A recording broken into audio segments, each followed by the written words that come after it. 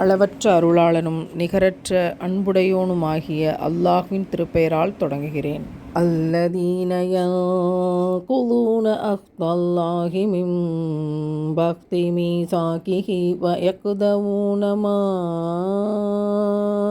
அமரல்லாஹு பிஹி அன் யூஸல வ யுஃப்ஸிதூன ஃபில் அர்ள் உலாயிக ஹுமுல் ஹாசிரூன். மகத்துவமிக்க அல்லாஹ் சத்தியத்தை சொல்லிவிட்டான்.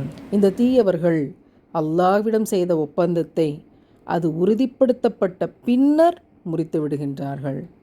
அல்லாஹ் ஒன்றிணைக்கப்பட வேண்டும் என்று கட்டளையிட்டதை துண்டித்து விடுவதுடன் பூமியில் குழப்பத்தையும் உண்டாக்குகிறார்கள்.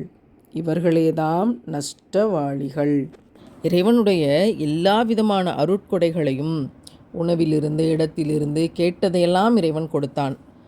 அதற்கு பதிலாக இறைவன் என்ன வாக்குறுதி கேட்கிறான்?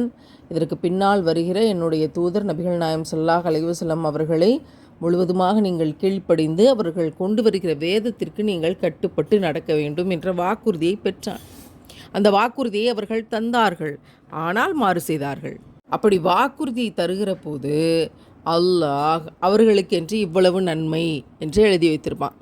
அந்த வாக்குறுதியை காப்பாற்றக்கூடியவர்களுக்கு இவ்வளவு நன்மை, இவ்வளவு அருட்கொடைகள்.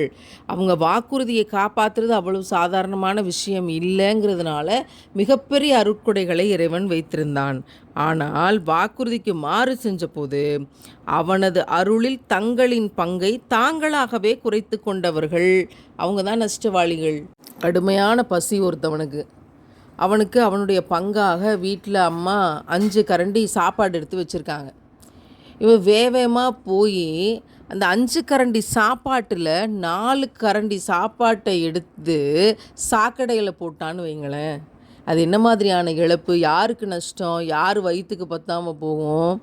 அதை போலத்தான் அல்லாஹ்வுக்கு வாக்கு தந்துட்டு வாக்கு மாறின போது, கொடுத்த வாக்குறுதியை காப்பாற்றாமல் போன போது அவர்கள் தங்கள் பங்கை தாங்களே குறைத்து கொண்ட இழப்புக்குரியவர்களாக ஆனார்கள்.